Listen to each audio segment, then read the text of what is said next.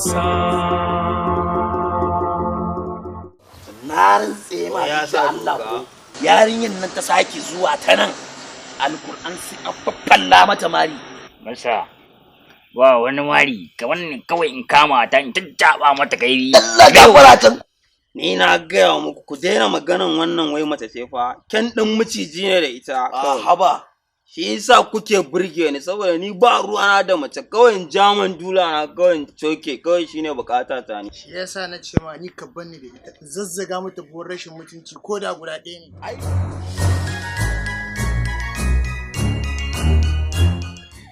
Sweetheart.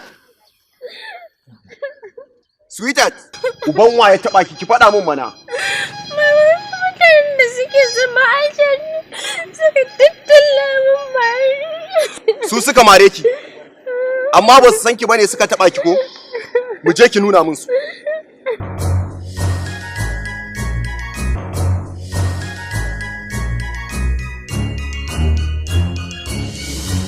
Ba sai na muku sallama ba jama'a. An ci zalin yarinyar nan waye ci zalinta a cikin ku. Kai ka duba gani mana. A cikin ku waye ci zalin wannan yarinyar.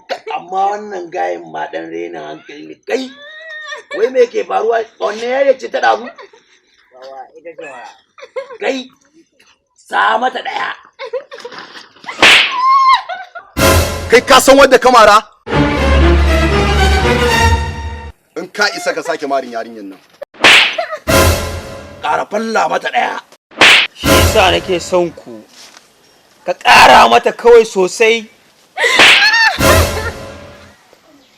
Na ce ƙara mata ka tsaya kana wani iya ne ƙara mata.